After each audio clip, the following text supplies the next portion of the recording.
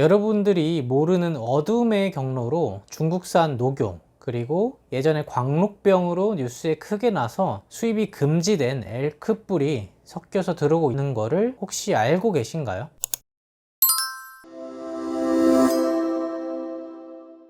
안녕하세요. 인체연구소 김한준 한의사입니다. 지난 시간에는 녹용 고르는 팁과 원산지별 차이점을 알려드렸죠. 오늘은 정말 중요한 사실 한 가지를 알려드리려고 합니다. 녹용을 혹시나 인터넷으로 구매하려고 하시는 분들은 이 영상만큼은 꼭 보셔야 돼요. 여러분들이 모르는 어둠의 경로로 중국산 녹용, 그리고 예전에 광록병으로 뉴스에 크게 나서 수입이 금지된 엘크 뿔이 섞여서 들어오고 있는 거를 혹시 알고 계신가요? 아마 처음 들어보셨을 겁니다. 인터넷에도 나오지 않는 내용이니까요. 그래서 오늘은 한의원으로 들어오는 의약품이 아닌 여러분들이 쉽게 구할 수 있는 녹용의 위험성에 대해서 알려드릴 테니까 5분만 딱 집중을 해주세요. 저도 한의원에서 녹용을 전문적으로 다루지만 솔직히 업자가 마음 먹고 러시아산 분골에 중국산 녹용, 저희끼리는 이제 깔깔이라고 부르는 중국산을 섞으면 구분하기가 사실상 정말 힘듭니다. 왜 그런지 한번 보여드릴게요. 자, 먼저 이 사진을 보고 녹용의 분골을 구분을 해 보실게요.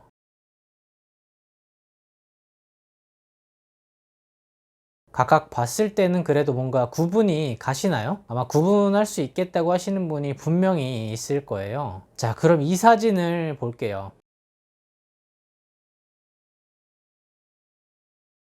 이거는 어디 걸까요? 네, 이거는 이제 러시아산 분골입니다. 이전 사진하고 비교해 보면 맞을까요? 아닙니다. 이렇게 위에 뉴질랜드산을 섞어 놓은 사진이에요. 이렇게 살짝만 섞어 놔도 사실상 알 수가 없어요. 이 사진을 보시죠. 색깔이 정말 비슷하죠. 뉴질랜드랑 원용, 그러니까 러시아산 녹용인데 저도 구분해 보려고 노력을 많이 해봤는데 정말 힘듭니다. 사실상 불가능해요. 수입할 때부터 그 가공 과정을 공개하지 않는 한 확인해낼 방법이 전혀 없습니다. 실제로 제가 건너서 녹용을 다루는 업자들의 솔직한 이야기를 들어봤는데요. 깔깔이라고 하는 중국산 녹용을 수입해서 러시아산 녹용과 는 경우가 굉장히 좀 많다고 해요. 그렇게 해서 가격을 떨어뜨리고 싸고 좋은 물건이라고 파는 경우가 굉장히 많다고 합니다. 실제로 깔깔이와 러시아산 녹용을 섞으면 20년 된 업자들도 구분해내기가 굉장히 어렵다고 하네요. 그냥 당하는 거죠, 사실상.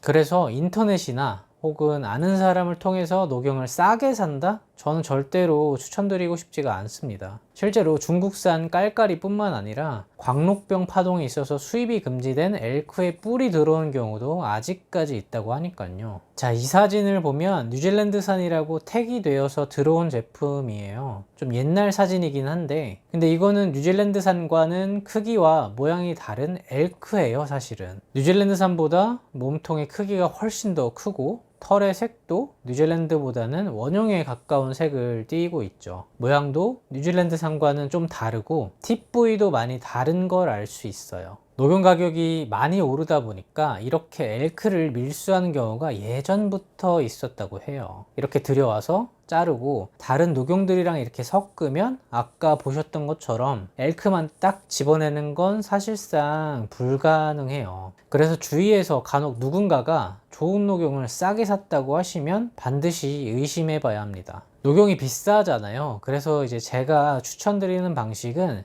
GMP 인증을 받은 약재들만 들어가는 한의원에서 녹용이 들어간 처방을 받으시라는 겁니다. 약 파는 거 아니냐고 하실 수 있는데 이게 어쩔 수가 없어요. 영상 이제 처음부터 계속 설명드렸듯이 여러분들이 어디서 녹용을 사든 간에 엘크든 깔깔이든 조금만 섞여 있으면 절대로 알 수가 없거든요. 그냥 사기 당하는 거죠. 국가에서 인증한, 식약청에서 인증한 녹용들이 현재로서는 가장 안전한데 그런 의약품, 약재 녹용들은 다 한의원으로 들어가거든요. 그래서 꼭 그렇게 하라고 말씀을 드리는 겁니다. 이전 영상에서 GMP 인증이 뭔지에 대해서 좀 자세하게 설명드렸으니까 제가 왜 이렇게까지 말하는지는 이전 영상을 꼭 참고를 해주시면 좋을 것 같아요. 녹용에 대해서 자세하게 여러 번에 걸쳐서 설명을 드렸습니다. 녹용 말고 다른 한약이나 약재에 대해서 궁금한 게 있으시다면 댓글에 남겨주세요. 논문도 보고 현재 약업사에서 어떤 가공 과정을 거치는지 자세하게 한번 다뤄 보겠습니다. 구독과 알람 설정 해 놓으시면 빠르게 소식 받아보실 수 있습니다. 영상 끝까지 시청해 주셔서 감사합니다.